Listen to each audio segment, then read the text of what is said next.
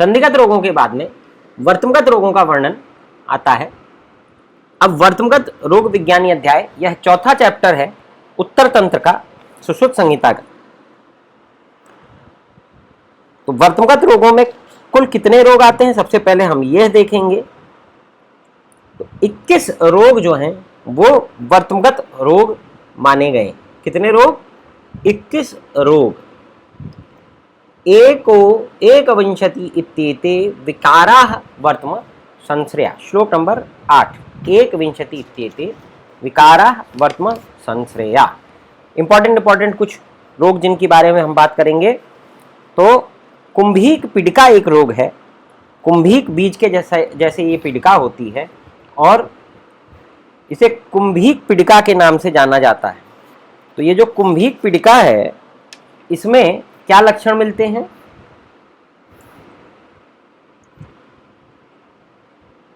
आधमापयंती भिन्ना।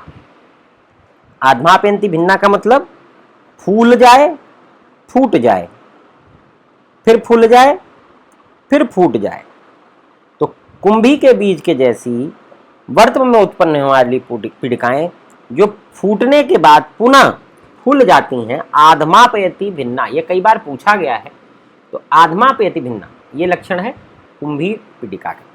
इससे ऊपर ही देखा जाए अगर, तो एक उत्संगिनी का भी लक्षण है। आभ्यंतरमुखी बाह्योत्संगे अधोवर्तमनश्च यह विज्ञेयात् उत्संगिनी नाम तदरूप पीडिकाचिता। मतलब अधोवर्तम के उत्संग, मतलब उसकी गोद, उत्संग कहते हैं गोद को, तथा वर्तम के भीतर की तरफ मुख हो। मतलब पीडिका का मुख जो है वर्तम के भीतर की तरफ हो और बाहर की तरफ उसका उभार हो, और ऐसे ही लक्षण हो, एक या अनेक पीडिकाओं से घिरी हुई हो, तो इसको हम उत्संगनी के नाम से जानते हैं। पोथकी बहुत इंपॉर्टेंट है एग्जाम पर्पज से। तो पोथकी के लक्षण देखेंगे। श्राविण्य कंडुरा गुरुवो रक्त सरसप सन्निभा पीडिकाश्च रुजावत्या पोथक्य इति संगीता। इसमें सबसे इंपॉर्टेंट क्या है? वो है रक्त सरसप सन्निभा। तो रक्त सरसप सन्निभा को हम मार्क करते हुए चलते हैं, और बाकी चीजें तो इंपॉर्टेंट है ही हैं। तो ये हो गया हमारा पोथकी। अब आगे बढ़ते हैं। पोथकी के बाद में हमारे पास जो अगली व्याधि है वो कौन सी है? वर्तमा शर्करा। नाम से ही क्लियर है कि शर्करा जैसे होती है, ऐसे छोटी छोटी अनेक पीडिकाएं जो खर या स्थूल होंगी। पीडिका भी सूक्ष्मा भी घनाभिर समृता, मतलब छोटी छोटी अनेक पीडिकाओं से घिरी हुई एक पीडिका वर्तम प्रदेश में जो खर हो, खुरदुरी हो, उसको हम वर्तम शर्करा के नाम से जानते हैं। आचार्य वाग्भट्ट इसी प्रकार के लक्षण वाली एक व्याधि जिसे सिकता वर्तम है उसका वर्णन करते। अगली व्याधि अर्शोवर्तम। अर्शोवर्तम, इसके लक्षण बताते समय आचार्य बताते हैं एरवारु बीज प्रतिमा। एरवारु मतलब ककड़ी के बीज के समान। कैसी पीडिकाएं?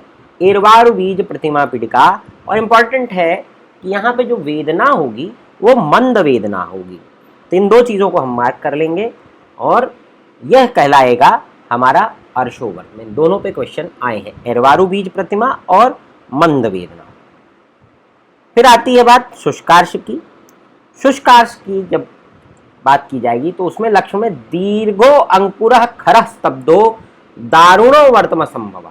मतलब दीर्घ बड़े बड़े खुरदुरे से स्तब्ध दारुण वर्तम संभव, वर्तम उत्पन्न होने वाले जो अंकुर होंगे, इस व्याधि को हम शुष्कार्श के नाम से जानते हैं। अंजन नामिका, इसका श्लोक बहुत बढ़िया है, बड़े आराम से याद होता है। दाह तोदवती ताम्रा पीडिका वर्तम संभवा। दाह और तोद से उत्पन्न ताम्र वर्ण की पीडिका जो वर्त में उत्पन्न होती हो, मंदरुजा ये भी होती है, उसे अंजन नामिका कहते हैं। इससे पहले ताम्रा तन्वी दाह शूलोपपन्ना, यह लक्षण हमारा किस व्याधि में मिला था? तो वो जो व्याधि थी वो थी पर्वणी। अंजन नामिका के बाद में बहल वर्तम। बहल मतलब भारी, मोटा। जब वर्तम भारी हो जाए, कैसे? त्वचा के समान वर्ण वाली अनेक पीडिकाओं से। तो पीडिका भी समन्तितः, पीडिका भी समन्ततः, ये बहल वर्तम का लक्षण है। वर्तमावबंध, वर्तमान बंद हो गए, बंद हो गए तो जब वर्त में अवबंध हो जाएगा तो वर्त में सही से बंद नहीं होंगे। तो कैसे, इसका लक्षण क्या है?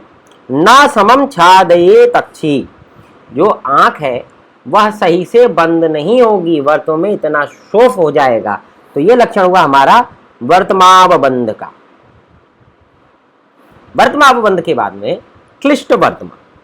क्लिष्ट वर्त में सबसे पहले चीज कि अल्प वेदना और मृदु। यहां फिर एक बार ताम्र वर्ण का वर्णन आया। ताम्रम यद वर्तमम सममेव, बिल्कुल लाल हो एकाएक, ताम्र वर्ण का हो और वर्तम भाग बिना किसी कारण के पहले ताम्र वर्ण का हो जाए, फिर अकस्मात भवेद रक्तम। ये दो चीजें मार्क करेंगे। ताम्रम यद वर्तमम सममेव च अकस्मात भवेद रक्तम, तो उसको हम क्लिष्ट वर्तम के नाम से जानते हैं। अब यही क्लिष्ट वर्तम रोग पित्त से संयुक्त हो गया, क्लिष्टम पित्तम पुनः, ये पुनः पित्तम युक्तम, तब क्या होगा? विदाह हो जाएगा और क्लिन्नत्वात् आपन्नम, इसमें क्लिन्नता आ जाएगी और इसे हम वर्तम कर्दम के नाम से जानेंगे। श्याव वर्तम, श्याव वर्ण का हो जाए, ठीक है, उसे श्याव वर्तम। इसमें ज्यादा कुछ नहीं है। इंपॉर्टेंट चीज क्या है? बाह्य तो अंतश्च, बाहर से लेके अंदर तक हर तरफ श्यावम शूनम सवेदनम, श्याव होगा, शून होगा, वेदना युक्त होगा। क्लिन्न वर्तम, ध्यान रखेंगे, क्लिष्ट वर्तम और क्लिन्न वर्तम अगर पूछ लेता है और हमने सही से नहीं पढ़ा तो कभी कभी हम क्लिन्न वर्तम को क्लिष्ट वर्तम से कंफ्यूज कर जाते हैं। तो क्लिन्न वर्तम का लक्षण क्या है? औरुजम, इसमें रुजानी होती है, बाह्यतः बाहर की तरफ शूनम, अंतः क्लिन्नम, वर्तम का बाह्य भाग शोथ युक्त होता है लेकिन पीड़ा रहित होता है, और आंतरिक भाग में क्लेद और श्राव होता है और तोद की पीड़ा उत्पन्न होती है। इसको हम क्लिन्न वर्तम के नाम से जानते हैं और पिल्ल के नाम से इसे चक्षुषेण नामक आचार्य ने इसका वर्णन किया। अक्लिन्न, अक्लिन्न मतलब जहां गीलापन न हो, बार बार, बहुत इंपॉर्टेंट है, बहुत ही ज्यादा इंपॉर्टेंट है। यस्य दौतानी दौतानी संबद्धते पुनः पुनः, बार बार धुले, बार बार चिपकने लग जाएं। वर्तमानी अपरिपक्वानी विद्याद क्लिन्न वर्तमना, और पाक न हो, इंपॉर्टेंट क्या है? पाक न हो, इसको हम अक्लिन्न वर्तम के नाम से जानेंगे। तो क्लिन्न वर्तम और अक्लिन्न वर्तम। वातहत वर्तम, वात से हत हो जाएगा तो क्या होगा? विमुक्त संधि निश्चेष्ट वर्तमम यस्य न मील्यते, विमुक्त संधि होगा, मतलब संधियां ढीली हो जाएंगी और जो आंख हमेशा खुली हुई अवस्था में रहेगा, बंद ही नहीं होगा। सरुजम व अरुजम, पीड़ा हो भी सकती है और पीड़ा नहीं भी हो सकती है, उसको हम वातहत वर्तम के नाम से जानते हैं।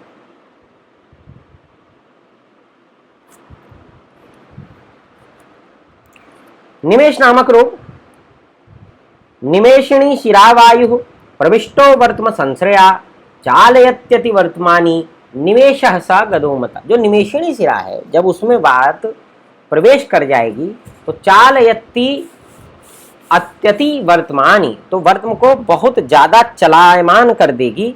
इस स्थिति को हम निमेश के नाम से जानते हैं। लगन, लगन में कोल प्रमाण को हम ध्यान रखेंगे कि जो इसकी पीड़िका है वो कोल प्रमाण की होगी, बाकी चीजें अपाकः कठिनः स्थूलो ग्रंथिर वर्तम भवोरुजा, पर ये जो कोल प्रमाण है इसमें बहुत इंपॉर्टेंट है। विश्व वर्तम, विश्व से हम जानते ही हैं कमल नाल, तो जिस तरह से कमल की नाल में बहुत सारे छेद होते हैं, ऐसे ही इस व्याधि में सूनम यद वर्तमम बहुभी सूक्ष्म छिद्रे समन्वितै, कैसे? सूक्ष्म छिद्रे समन्वितै विषम अंतर जलवेत एवं विषवर्तमेति तन्मता, उसको विषवर्तम के नाम से जाना जाता है। पक्ष्मकोप, पक्ष्मकोप का लक्षण क्या बताया है आचार्य ने? दोषाः पक्ष्माशया गता तीक्षाग्राणि खराणि च, जब दोष पक्ष्माशय, जो पक्ष्म के आशय हैं उसमें आ जाएंगे तो पक्ष्म कैसे हो जाएंगे? तीक्ष्ण अग्र के और खर हो जाएंगे। निवर्तयन्ति पक्ष्माणि तैर्घृष्टाक्षि दूष्यते, और वो वर्तम जो हमारे ये हैं पक्ष्म, ये टेढ़े होकर के आंख के अंदर ही घुसने लगेंगे। और एक बड़ा इंपॉर्टेंट लक्षण है उद्धृतय उद्धृतय शांति, उखाड़ देने पर इसमें रोगी को आराम मिल जाता है। पक्षमा विश्च उपजायते, और फिर से ये वापस उत्पन्न हो जाते हैं इस रोग में पक्षों को बार बार निकालने से। और एक बहुत ही आसान, बहुत इंपॉर्टेंट लक्षण है, वात आतप अनल द्वेषी होता है, ये सहन नहीं कर पाता किसी चीज को रोगी, तो इसको हम पक्षमकूप के नाम से जानते हैं। ये था हमारा चैप्टर नंबर 3।